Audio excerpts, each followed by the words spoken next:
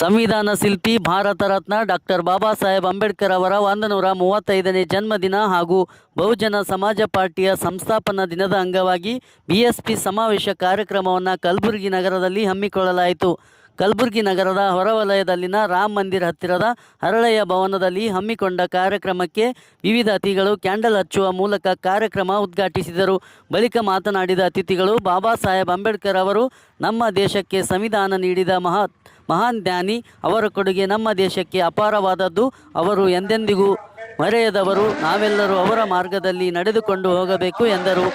ಈ ಸಂದರ್ಭದಲ್ಲಿ ರಾಜ್ಯ ಸಂಯೋಜಕರಾದ ಎಲ್.ಆರ್. ಭೋಸ್ಲೆ, ಮಹಾದೇವ್ ದನ್ನಿ, ಬಸವರಾಜ್ ಭಂಡಾರಿ, ಯಶೋದಮ್ಮ, ಜ್ಞಾನೇಶ್ವರ್ ಸಿಂಗಾರಿ, ಅಶೋಕ್ ಮಂಟಾಕರ್, ಕಪಿಲ್ ಗೋಡಬಳೆ, ರಾಜ್ಯ ಕಾರ್ಯದರ್ಶಿಯಾದ ತಿಪ್ಪಣ್ಣ ಕಿನ್ನೂರ್, ಶಂಕರ್ರಾವ್ ಕಿಲ್ಲೆದಾರ್, ಜಿಲ್ಲಾಧ್ಯಕ್ಷರಾದ ಸಿಯೋಗಿ ಡಿ ಅಡಗಿಲ್ ಅಧ್ಯಕ್ಷತೆಯನ್ನು ವಹಿಸಿದರು.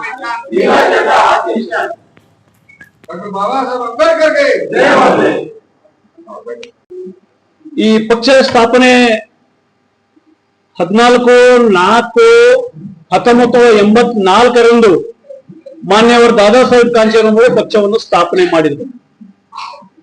ಈ ಪಕ್ಷ ಸ್ಥಾಪನೆ ಮಾಡಲಿಕ್ಕೆ ಕಾರಣ ಏನು ಅಂತಕ್ಕಂಥ ವಿಷಯ ನಾವು ಇವತ್ತಿನ ವೇದಿಕೆಯಲ್ಲಿ ಚರ್ಚೆ ಮಾಡತಕ್ಕಂಥದ್ದು. ಈ ದೇಶದಲ್ಲಿ ಸ್ವಾತಂತ್ರ್ಯ ಪೂರ್ವದಲ್ಲಿ ಮಹಾಪುರುಷರು ಆಗಿರ್ಬೋದು, ಬ್ರಿಟಿಷರಾಗಿರ್ಬೋದು, ನಮಗೆಲ್ಲ ಸವಲತ್ತುಗಳನ್ನು ಕೊಡ್ತಾ ಬರ್ತಾ ಇದ್ರು. ಇದನ್ನ ಮನುವಾದಿಗಳು ಸಹಿಸಲಾರದೆ ಏನಪ್ಪಾ ಅಂದ್ರೆ ನಮಗೆ ಸ್ವಾತಂತ್ರ್ಯ ಚಳವಳಿಗಳನ್ನ ಎಬ್ಬಿಸಿದ್ರು. ಹೆಂಗೆ ಇವತ್ತು ನಾವು ಎಲ್ಲ ಹಿಂದೂ ಒಂದು, ನಾವೆಲ್ಲ ಒಂದು ಅಂತಕ್ಕಂಥ ವಿಷಯಗಳನ್ನ ಇಟ್ಟು ಆವಾಗಿನ ಕಾಲದಾಗ ಏನಪ್ಪಾ ಸ್ವಾತಂತ್ರ್ಯ ಬೇಕು ಅಂತಂದ್ರು. ಸ್ವಾತಂತ್ರ್ಯ ಬೇಕು ಅಂದಾಗ ಸ್ವಾತಂತ್ರ್ಯ ನಂತರದಲ್ಲಿ ಕೆಲವೊಂದು ಪಕ್ಷಗಳು ಹುಟ್ಟುಕೊಂಡು ನಂತರ ನಮ್ಮ ಬಹುಜನರ ನನಸು ಸುಮಾರು 50 ವರ್ಷ ಆದ್ರೂ ನನಸನ್ನು ಮಾಡಲಿಲ್ಲ.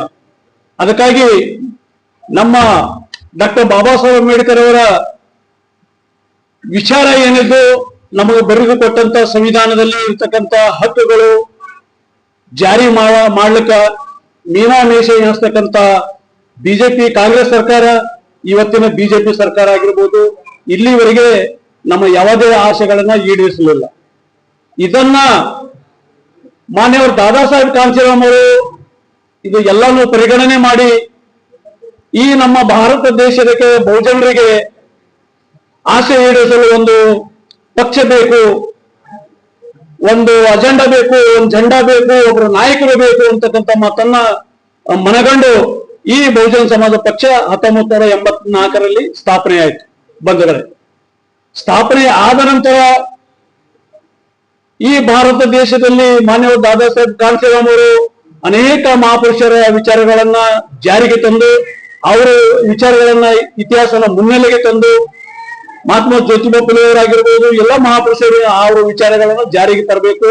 ಅವರು ಎಲ್ಲ ಹಿಂದುಳಿದ ವರ್ಗದವರು, ಈ ದೇಶದ ಸಮಾಜದ ಕಟ್ಟಕಡೆಯ ಮನುಷ್ಯರನ್ನು ಕೂತ ಧ್ವನಿ ಮತ್ತ ಅವರಿಗೆ ಹಕ್ಕುಗಳನ್ನು, ಅವರಿಗೆ ಶಿಕ್ಷಣಗಳನ್ನ, ಅಧಿಕಾರಿಗಳನ್ನ ಮೀಸಲಾತಿ ಕೊಡುವ ಮುಖಾಂತರ ಅವರೆಲ್ಲ ಸ್ವಾತಂತ್ರ್ಯ ಪೂರ್ವದಲ್ಲಿ ಮಾಡಿದ್ರು ಕೂಡ ಸ್ವಾತಂತ್ರ್ಯ ನಂತರ ಆಳುವ ಪಕ್ಷಗಳು ನಮಗೆ ಯಾವುದೇ ಪರಿಗಣನೆ ತರಲಿಲ್ಲ.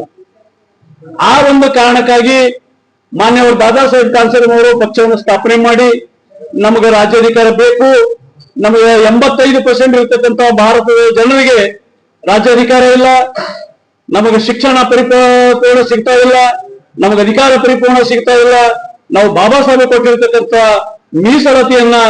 ಮೀಸಲಾತಿಯಿಂದ ನಾವೇನದ ಡಿ.ಎಂ. ಸಿ.ಎಂ. ಆಗೋಣ, ಮತ್ತ ನಾವು ಓಟಿನ ಅಧಿಕಾರದಿಂದ ನಾವು ಸಿ.ಎಂ. ಪಿ.ಎಂ. ಆಗೋಣ ಅಂತಕ್ಕಂಥ ಕನಸನ್ನ ಕಂಡು ಭಾರತ ದೇಶದಲ್ಲಿ ಸಂಚಲನ ಮಾಡಿ, ಇಡೀ ಏನಪ್ಪಾ ಅಂದ್ರೆ ನಾವು 1995ರಲ್ಲಿ ಪ್ರಯೋಗ ಮಾಡಿ ಉತ್ತರ ಪ್ರದೇಶದಲ್ಲಿ ಅದಕ್ಕ ಪಕ್ಷದ ಸಾರಥಿಯಾಗಿ ಇವತ್ತಿನ ನಮ್ಮ ರಾಷ್ಟ್ರೀಯ ಅಧ್ಯಕ್ಷರಾಗಿರ್ತಕ್ಕಂಥ ಅಕ್ಕ ಮಾಯಾವತಿ ಅವರಿಗೆ ಸಾರಥ್ಯದಲ್ಲಿ ಇಡೀ ಏನು ಉತ್ತರ ಪ್ರದೇಶದಲ್ಲಿ ಸಂಚಲನ ಮಾಡಿ ಏನಪ್ಪಾ ಅಂದ್ರೆ ಅಲ್ಲಿ ಚುನಾವಣೆ ನಿಲ್ಲುವ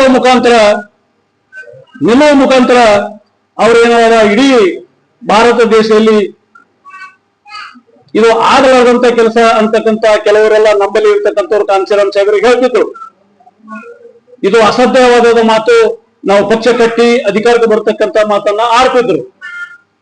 ಅದಕ್ಕೆ ಕಾಂಚೀರಾಮ್ ಅವರು ಹೇಳಿದ್ರು, ಏ ಹೋ ಸಖತ್ ಹೇ ಅಂದು ಹೇಳಿ ಅವರು ಸಾಧನೆಗೆ ಅಸಾಧ್ಯವಾದದ್ದು ಯಾವುದೂ ಇಲ್ಲ ಅಂತಕ್ಕಂಥ ಮಾತನ್ನ ಹೇಳಿ ಅವರ ಸಂಕಲ್ಪವನ್ನ ನಾವು ಒಡಗಿ ಹೋಗಿರ್ತಕ್ಕಂಥ ಸುಮಾರು 100 ಜಾತಿಗಳು 600 ಜಾತಿಗಳನ್ನ ಒಂದು ಮಾಡುವ ಮುಖಾಂತರ ಇಡೀ ದೇಶದಲ್ಲಿ ಸಂಚಲನೆ ಮಾಡಿ 600 ಜಾತಿಗಳು ಒಂದು ಮಾಡಿ SC ST OBC ಮತ್ತು ಧಾರ್ಮಿಕ ಅಲ್ಪಸಂಖ್ಯಾತರನ್ನ ಈ ಜನರಿಗೆ ಕೂರಿಸಿ ಈ ಪಕ್ಷದಲ್ಲಿ ಮುಖ್ಯವಾಹಿನಿಗೆ ತಂದು ಏನಪ್ಪಾ ಅಧಿಕಾರ ಹಿಡಿಬೇಕು ಅನ್ನತಕ್ಕಂಥ ವಿಷಯಗಳನ್ನ ದಾದಾ ಸಾಹೇಬ್ ಕಾನ್ಸೇರಾಮ್ ಅವರಿಗೆ ಇಟ್ಟು ಈ ಜನರಿಗೆ ರಾಜ್ಯಾಧಿಕಾರ ಹಂತ ಹಂತವಾಗಿ ಉತ್ತರ ಪ್ರದೇಶದಲ್ಲಿ ಅಕ್ಕ ಮಾಯಾವತಿಯವರು ಕಾನ್ಸೇರಾಮ್ ನೇತೃತ್ವದಲ್ಲಿ 1995ರಲ್ಲೇ ನಾವೇನಾದ ಸುಮಾರು MLA ಗೆದ್ದು ಇವತ್ತ ಇರತಕ್ಕಂತ ಬಿಜೆಪಿ ಕಾಂಗ್ರೆಸ್ ಮಜಬೂರಿಯಾಗಿ ನಮ್ಮ ಒಂದು ಕೆಲಸಗಳನ್ನು ನೋಡಿ ಅವ್ರಿಗೆ ನಮ್ಮ ಸಪೋರ್ಟ್ ಮಾಡಿ 90ರಲ್ಲಿ ಅಕ್ಕ ಮಾಯಾವತಿಯವರು ಮುಖ್ಯಮಂತ್ರಿ ಆದರೂ ಅದು ಉತ್ತರ ಪ್ರದೇಶದಲ್ಲಿ.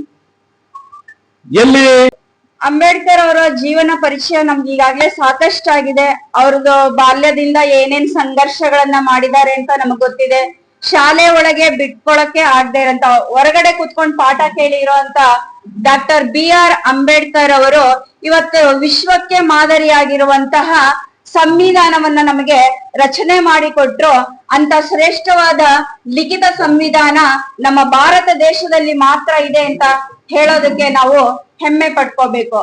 ಅಂಬೇಡ್ಕರ್ ಅವರ ಸಂಘರ್ಷ ಕಾಲ ಯಾವ ರೀತಿ ಆರಂಭ ಆಗಿದೆ, ಬಾಲ್ಯ ಕಾಲದಿಂದಲೇ ಆರಂಭ ಆಗಿದೆ. ಆ ಬಾಲ್ಯ ಕಾಲದಿಂದಲೂ ಅವರು ಅನುಭವಿಸಿರುವಂತ ನೋವುಗಳು ಒಂದಲ್ಲ ಎರಡಲ್ಲ ಸಹಸ್ರಾರು ಸಂಖ್ಯೆಯಲ್ಲಿ ಅವ್ರಿಗೆ ಅವಮಾನಗಳಾಗಿದೆ. ನಮ್ಮ ಸಮುದಾಯದ ಪ್ರತಿನಿಧಿಯಾಗಿ ಅವರು ಎಷ್ಟೆಲ್ಲ ಸಂಘರ್ಷಗಳನ್ನ ಮಾಡಿದ್ದಾರೆ.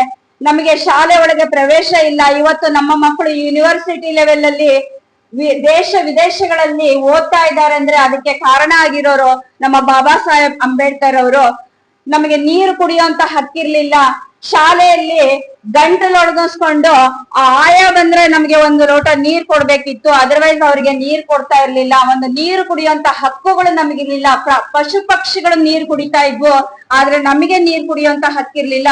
ಹಾಗಾಗಿ ನಮ್ಗೆ ನೀರು ಕುಡಿಯುವಂತ ಒಂದು ಹಕ್ಕನ್ನ ಚೌಡಾರ್ ಕೆರೆಯ ಒಂದು ಚಳುವಳಿಯನ್ನ ಮಾಡೋದ್ರ ಮುಖಾಂತರ ಆ ಕೆರೆಯ ನೀರನ್ನ 10,000 ಜನರು ಕುಡಿಯೋದ್ರ ಮುಖಾಂತರ ನಮಗೆ ಒಂದು ಸಾಮಾಜಿಕತೆಯಲ್ಲಿ ಈ ಪ್ರಕೃತಿಯಲ್ಲಿ ಸಿಗುವಂತ ಎಲ್ಲರನ್ನೂ ಅನುಭವಿಸುವಂತ ಹಕ್ಕು ನಮ್ಗೆ ದಲಿತರಿಗೆ ಶೋಷಿತರಿಗೆ ಇದೆ ಅಂತ ಒಂದು ಹೋರಾಟದ ಮೂಲಕ ಅವರು ತೋರಿಸ್ಕೊಟ್ಟಿದ್ದಾರೆ. ತದನಂತರ ನಾವು ನಾಸಿಕದ ಕಾಳೂರಾಮ ಮಂದಿರ ಪ್ರವೇಶವನ್ನ ಮಾಡಿದ್ರು. ಕಾಳೂರಾಮ ಮಂದಿರ ಪ್ರವೇಶವನ್ನ ಯಾಕೆ ಮಾಡ್ಬೇಕಾಯ್ತು ಅಂದ್ರೆ ಧಾರ್ಮಿಕ ಸ್ವಾತಂತ್ರ್ಯ ನಮಗೆ ಬೇಕಾಗಿತ್ತು ಅಂತ. ಆದ್ರೆ ಅಂಬೇಡ್ಕರ್ ಅವರು ನಿಜವಾಗೂ ಹೇಳ್ಬೇಕು ಅಂತಂದ್ರೆ ಧಾರ್ಮಿಕತೆ ಬಗ್ಗೆ ಸ್ವಲ್ಪ ನಂಬಿಕೆ ಕಡಿಮೆ ಇದ್ರು. ನಮ್ಮ ಸಮುದಾಯಕ್ಕೆ ಧಾರ್ಮಿಕ ಹಕ್ಕು ಬೇಕಾಗಿದೆ ಅನ್ನೋ ಕಾರಣಕ್ಕೆ ಕಾಳೂರಾಮ ಮಂದಿರ ಪ್ರವೇಶವನ್ನ ಮಾಡುವುದರ ಮೂಲಕ ನಮಗೆ ಧಾರ್ಮಿಕ ಹಕ್ಕನ್ನ ಕೊಡಿಸಿಕೊಟ್ರು. ನಮಗೆ ಮುಖ್ಯವಾಗಿದ್ದು ಇನ್ನೊಂದೇನು ಅಂತ ಹೇಳಿದ್ರೆ ಅವರು ನಮ್ಗೆ ವೋಟಿಂಗ್ ಪವರ್ ಬಗ್ಗೆ ಇವತ್ತು ನಾವ್ ಏನ್ ಸೇರಿದೀವಿ ಇಲ್ಲಿ ರಾಜಕೀಯ ಹಕ್ಕುಗಳ ಬಗ್ಗೆ ಮಾತಾಡೋದು ಆನಂತರ ಹೇಳೋದಂತೆ ನಮ್ಗೆ ಸೌತ್ ಬ್ಯೂರೋ ಕಮಿಟಿಯ ಮುಖ್ಯಸ್ಥರ ಹತ್ರ ಹೋಗಿ ಮಾತಾಡಿ ಅವರು ಹೇಳಿದ್ರು ನಮಗೆ ರಾಜಕೀಯ ಹಕ್ಕು ಬೇಕು ಅಂತ. ಆದ್ರೆ ನಮ್ಮ ಮನುವಾದಿಗಳಂತ ನಾವೇನಿವತ್ತು ಮಹಾತ್ಮರು ಅಂತ ಪೂಜೆ ಮಾಡ್ತಿದ್ವಲ್ಲ, ಗಾಂಧೀಜಿ ಅವರು, ನೆಹರು ಅವರು, ಅವರ ಗ್ಯಾಂಗ್ ಏನಿತ್ತು ಅಲ್ಲಿ ಹೋಗಿ ಹೇಳಿದ್ರು ನಾವು ಅವರಿಗೆಲ್ಲ ವೋಟಿಂಗ್ ಪವರ್ ಕೊಡುವಂತ ಅವಶ್ಯಕತೆ ಇಲ್ಲ, ಅವ್ರಿಗೆ ರಾಜಕೀಯ ಹಕ್ಕಿನ ಅವಶ್ಯಕತೆ ಇಲ್ಲ, ನಾವು ರಾಜಕೀಯ ಮಾಡೋಣ, ಅವ್ರು ತಮ್ಮ ಕುಲಕಸಬುಗಳನ್ನ ಮಾಡೋಣ, ಚಮ್ಮಾರರು ಚಮ್ಮಾರಾಗೆ ಇರ್ಲಿ, ಕಸ ಹೊಡಿಯೋನಾಗ್ಲೇ ಇರ್ಲಿ, ಬಡಗಿಯವನು ಬಡಗಿಯವನೇ ಆಗಿರ್ಲಿ, ಅವ್ರವ್ರ ಕುಲಕಸಬುಗಳನ್ನ ಮಾಡ್ಕೊಂಡಿರ್ಲಿ, ನಾವು ಅಧಿಕಾರ ನಡೆಸೋಣ ಅಂತ ಒಂದು ಮಾತನ್ನ ಕೇಳಿದಾಗ ಅಂಬೇಡ್ಕರ್ ಅವ್ರಿಗೆ ಬಹಳ ಕೋಪನೂ ಬರುತ್ತೆ, ನೋವು ಕೂಡ ಆಗುತ್ತೆ. ಹಾಗಾಗಿ ಸೌತ್ ಬ್ಯೂರೋ ಕಮಿಟಿಯ ಮುಖ್ಯಸ್ಥರನ್ನ ಭೇಟಿಯಾಗಿ ಹೋಗಿ ಹೇಳ್ತಾರೆ ನಮಗೂ ಕೂಡ ರಾಜಕೀಯ ಹಕ್ಕನ್ನ, ಓಟಿನ ಹಕ್ಕನ್ನ ಕೊಡಬೇಕು ಅಂತ ಕೇಳ್ತಾರೆ. ಅವ್ರು ಹೇಳ್ತಾರೆ, ಮತ್ತೆ ಆ ಮಂಡಳಿಯ ಜೊತೆಗೆ ಮಾತುಕತೆ ನಡೆಯುತ್ತೆ. ಅವ್ರೇನ್ ಹೇಳ್ತಾರೆ, ನಿಮ್ಮ ಸಮುದಾಯದಲ್ಲಿ ಡಿಗ್ರಿ ಓದಿರೋಂಥವ್ರಿದ್ರೆ, ನಿಮ್ಮ ಸಮುದಾಯದಲ್ಲಿ ಕಂದಾಯ ಕಟ್ಟೋರು, ಹೊಲದ ಕಂದಾಯ, ಮನೆ ಕಂದಾಯ ಕಟ್ಟೋಂತರ ಇದ್ರೆ ಅವರಿಗೆ ಓಟಿನ ಹಕ್ಕನ್ನ ಕೊಡೋಣ ಅಂತ ಹೇಳಿದ್ರು. ಆಗ ಈ ವಿಷಯವನ್ನ ಬಾಬಾ ಸಾಹೇಬರಿಗೆ ತಲುಪಿಸಿದಾಗ ಅವ್ರು ಹೇಳ್ತಾರೆ, ಸರ್ ನಾವು ಅತ್ಯಂತ ದುರ್ಬಲ ಶೋಷಿತ ವರ್ಗದವರು, ಹಾಗಾಗಿ ನಮ್ಮ ಹತ್ರ ಕಂದಾಯ ಕಟ್ಟಕ್ ಹೊಲ ಅಲ್ಲ, ತಿನ್ನೋಕೆ ಇನ್ನೊಬ್ರ ಹತ್ರ ನಾವು ಕೆಲಸ ಮಾಡುವಂತ ಕೂಲಿ ಕಾರ್ಮಿಕರು, ನಮ್ಮ ಹತ್ರ ಸ್ವಂತ ಹೊಲಗಳಿಲ್ಲ, ಸ್ವಂತ ಮನೆಗಳಿಲ್ಲ, ಶಿಕ್ಷಣನೂ ನಮಗೆ ಮರೀಚಿಕೆ ಆಗಿದೆ. ಹೀಗಿರುವಾಗ ಇವೆಲ್ಲದನ್ನ ನಾವು ನೀವು ಕೇಳಿದಂಗೆ ಒದಗಿಸೋದು ನಮ್ಗೆ ಕಷ್ಟ ಸಾಧ್ಯವಾಗಿದೆ. ಆದ್ರೆ ಒಂದು ಆಧಾರದ ಮೇಲೆ ನೀವು ಕೊಡ್ಬೋದು. ಅವರು ಈ ಭೂಮಿ ತಾಯಿಯಲ್ಲಿ ಭಾರತಾಂಬೆ ಮಡಿಲಲ್ಲೇ ಹುಟ್ಟಿದ್ದಾರೆ, ನಾವು ಕೂಡ ಈ ಭೂಮಿ ತಾಯಿ ಮಡಿಲಲ್ಲೇ ಹುಟ್ಟಿದೀವಿ. ನಾವೇನು ಅನ್ಯ ದೇಶೀಯರಲ್ಲ. ಹಾಗಾಗಿ ಈ ಸ್ವದೇಶಿಯರು, ಈ ಮಣ್ಣಿನ ಮಕ್ಕಳು, ಈ ದೇಶದ ಮೂಲ ನಿವಾಸಿಗಳು ನಾವು. ಹಾಗಾಗಿ ಅವರಿಗೆ ನಮಗೆಲ್ಲ ಮತದಾನದ ಹಕ್ಕನ್ನ ಕೊಡಬೇಕು ಅಂತ ಅವರನ್ನ ಕೇಳ್ಕೊಂಡಾಗ ಸೌತ್ ಬ್ಯೂರೋ ಕಮಿಟಿ ಅವರು ಅದನ್ನ ಒಪ್ಕೊಂಡು ನಮ್ಮ ಸಮುದಾಯಕ್ಕೆ ಮತದಾನದ ಹಕ್ಕನ್ನ ಕೊಡಿಸಿಕೊಟ್ರು. ಈ ರೀತಿ ಮಾಯಾವತಿಯವರ ಪ್ರವೇಶ ಆಗುತ್ತೆ. ಮಾಯಾವತಿಯವರು ಕೂಡ ದಾದಾ ಸಾಹೇಬ್ ಕಾಶಿರಾಮ್ ಅವರಷ್ಟೇ ಅತ್ಯಂತ ಸಮರ್ಥವಾದ ನಾಯಕಿ, ಅತ್ಯಂತ ಮನೋಬಲವನ್ನ, ಒಂದು ವಿಲ್ ಪವರ್ ಇರುವಂತ ಹೆಣ್ಣು ಮಗಳು ಆಕೆ. ವಿಶ್ವದ ಅತ್ಯಂತ ಶ್ರೇಷ್ಠ ಉಕ್ಕಿನ ಮಹಿಳೆ. ಆಕೆಗೆ 8ನೇ ಶ್ರೇಣಿ ಇದೆ, 8ನೇ ಸ್ಥಾನವನ್ನ ಆಕೆಗೆ ಕೊಟ್ಟು. ಬರೇ ಭಾರತ ದೇಶದಾಗೆಲ್ಲ ಇಡೀ ವಿಶ್ವ ತುಂಬಾ ಜಗತ್ತಿನ ಎಲ್ಲಾ ಒಂದು ದೇಶಗಳಲ್ಲಿ ಬಾಬಾ ಸಾಹೇಬರ ಒಂದು ಅರ್ಥಪೂರ್ಣ ಚಿಂತನೆಗಳನ್ನ ನಡೀತಾ ಇದೆ. ದುರಂತ ನಮ್ಮ ದೇಶದಲ್ಲಿ ಬಾಬಾ ಸಾಹೇಬರು ಚಿಂತನೆಗಳನ್ನ, ಹೋರಾಟಗಳನ್ನ ನಾವು 2 ದಿನಗಳೇ ಇಲ್ಲಿವರೆಗೆ ಎಲ್ಲ ಮಹಾಪುರುಷರ ಬಗ್ಗೆ ಸಾಕಷ್ಟು ಹೇಳಿದ್ದಾರೆ. ನಾವು ಏನ್ ಮಾಡ್ಬೇಕು ಎಂಬುದು ಮಾತ್ರ ಉಳಿದಿದ್ದು, ಅದದ್ದು ಎಲ್ಲ ಕೂಡ ನಮ್ದು ಸರ್ ಅವರೆಲ್ಲ ಹೇಳಿದ್ದಾರೆ. ಅದಕ್ಕೆ ನಾವು ಒಂದೇ ಹೇಳಕ್ಕೆ ಇಷ್ಟಪಡ್ತಾ ಇದೀವಿ ಅಂತಂದ್ರೆ, ನಾವು 75 ವರ್ಷಗಳ ನಮ್ಮನ್ನು ಸಂವಿಧಾನ ಕೊಟ್ಟು 75 ವರ್ಷ ಆಗಿದೆ. ಆದ್ರೂ ಕೂಡ ನಮ್ ಬಡತನ ಹೋಗ್ಲಿಲ್ಲ, ಆದ್ರೂ ಕೂಡ ನಮ್ಮೆಗಿನ ಶೋಷಣೆ ನಿಂತಿಲ್ಲ, ಆದ್ರೂ ಕೂಡ ನಮ್ಮೆಗಿನ ದೌರ್ಜನ್ಯಗಳು ನಿಂತಿಲ್ಲ. ಆದ್ರೂ ನಮ್ ಜನರಿಗೆ ಏನ ಒಳ್ಳೆ ರೀತಿಯಿಂದ ಸ್ವಾಭಿಮಾನ ಬದುಕಿಲ್ಲ, ಒಳ್ಳೆ ರೀತಿಯಿಂದ ಶಿಕ್ಷಣ ಇಲ್ಲ. ಸೊ ಇದೆಲ್ಲ ಪಡ್ಕೋಬೇಕಾದ್ರೆ ಒಂದೇ ಅದರ ಅಸ್ತ್ರ ಏನದ ಅಂತಂದ್ರೆ ಅದು ರಾಜಕೀಯ ಅಧಿಕಾರ. ಆ ರಾಜಕೀಯ ಅಧಿಕಾರ ತಗೊಂಡೇವೆ ಅಂದ್ರೆ ನಮ್ಗೆಲ್ಲಾನೇ ಸಿಗ್ತದೆ. ಅದು ಸಿಂಪಲ್. ಬಾಬಾ ಸಾಹೇಬರು ಏನ್ ಹೇಳೋದ್ರದ್ದು ನಾವು ಕರೆಕ್ಟ್ ಆಗಿ ನಾವು ಮಾರ್ಗದಾಗ ನಡೆದೇವು ಅಂತಂದ್ರೆ ನಾವು ಅದು ರಾಜಕೀಯ ಅಧಿಕಾರ 100% ನಾವು ತಗೋತೀವಿ. ಸೊ ಅದು ತಗೊಲಿಕ್ಕೆ ನಾವೆಲ್ಲರೂ ಏನದ ಅಂತಂದ್ರ ಇವತ್ತಿನ ದಿನ ಸಂಕಲ್ಪ ಮಾಡ್ಬೇಕಾಗ್ಯದ. ಎಲ್ಲಾ ಕಡೆ ಏನು ಜಯಂತಿ ಉತ್ಸವ ಮಾಡ್ತಾ ಇದಾರೆ ಬಾಬಾ ಸಾಹೇಬ್ರದ್ದು, ಇವ್ರೆಲ್ರು ಅಣ್ಣ ತಮ್ಮರು ಒಂದ್ ವೇಳೆ ಸಂಕಲ್ಪ ಮಾಡಿದ್ರು ಅಂತಂದ್ರ, ನಾನ್ ಹೇಳ್ತಾ ಇದ್ದೀನಿ, ನಾವು ಬಾಬಾ ಸಾಹೇಬ್ರು ಹೇಳಿದ್ರು ನನ್ನ ಸಂವಿಧಾನ ಪ್ರಾಮಾಣಿಕವಾಗಿ ಬದ್ಧತೆಯಿಂದ ಜಾರಿ ಮಾಡ್ತಕ್ಕಂತ ಮನೋಭಾವನೆ ಇದ್ದಿದ್ದವರು ಒಂದ್ ವೇಳೆ ಈ ದೇಶದಲ್ಲಿ ಅಧಿಕಾರ ಮಾಡಿದ್ರಂದ್ರ ಕೇವಲ 25 ವರ್ಷದಲ್ಲಿ ಈ ದೇಶ ಬಡತನ ನಿರ್ಮೂಲನೆ ಆಗ್ತದೆ ಅಂತಕ್ಕಂತ ಮಾತಾಡಿದ್ರು ಬಾಬಾ ಸಾಹೇಬ್ರು.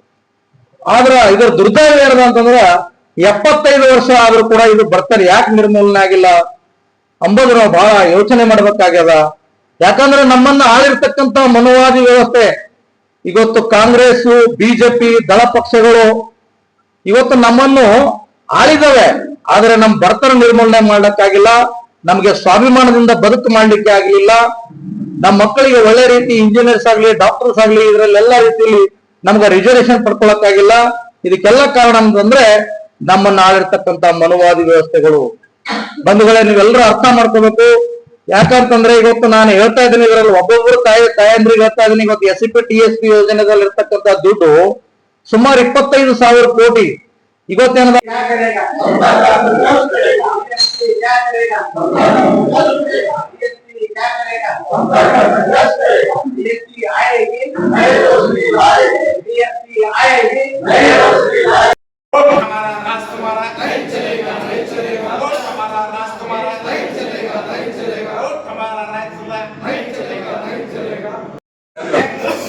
ಬಹುಜನ ಸಮಾಜ ಪಕ್ಷದ ಸ್ಥಾಪನಾ ದಿವಸ ಮತ್ತು ಡಾಕ್ಟರ್ ಬಾಬಾ ಸಾಹೇಬ್ ಅಂಬೇಡ್ಕರ್ ಅವರ ಜನ್ಮ ದಿನೋತ್ಸವವನ್ನು ನಗರದ ಹರಳಯ್ಯ ಭವನದಲ್ಲಿ ನಾವು ಹಮ್ಮಿಕೊಂಡಿದ್ದೀವಿ.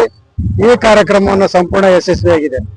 ಅದಕ್ಕೆ ಬಂದಿರತಕ್ಕಂತ ಎಲ್ಲ ರಾಜ್ಯ ಮಟ್ಟದ ಪದಾಧಿಕಾರಿಗಳು, ಜಿಲ್ಲಾ ಮಟ್ಟದ ಪದಾಧಿಕಾರಿಗಳು ಮತ್ತು ಎಲ್ಲ ವಿಧಾನಸಭಾ ಮತಕ್ಷೇತ್ರದ ಎಲ್ಲ ಪದಾಧಿಕಾರಿಗಳು ಕೂಡ ನಾನು ಈ ಶುಭ ಸಂದರ್ಭದಲ್ಲಿ ಶುಭಾಶಯವನ್ನು ಕೋರಿ ಅಭಿನಂದಿಸುತ್ತೇನೆ. ಒಂದು ವೇಳೆ ಪ್ರಜಾಪ್ರಭುತ್ವ ವ್ಯವಸ್ಥೆಯಲ್ಲಿ ಡಾಕ್ಟರ್ ಬಾಬಾ ಸಾಹೇಬ್ ಅಂಬೇಡ್ಕರ್ ಅವರು ನೀಡಿರ್ತಕ್ಕಂಥ ಕೊಡುಗೆ ಈ ಪ್ರಪಂಚಕ್ಕೆ ಮಾದರಿಯಾಗಿರ್ತಕ್ಕಂಥ ಸಂವಿಧಾನವನ್ನು ಕೊಟ್ಟು ನಮ್ಮನ್ನ ಭಾರತ ದೇಶವನ್ನು ಪ್ರಪಂಚದಲ್ಲಿ ಒಂದು ಅತ್ಯಂತ ಮಾದರಿಯ ಪ್ರಜಾಪ್ರಭುತ್ವಾತ್ಮಕ ದೇಶ ಅಂತ ಹೇಳಿಸಿದ ನಾವು ಇವತ್ತು ನೆನಪನ್ನು ಬದುಕ್ತಾ ಇದ್ದೇವೆ.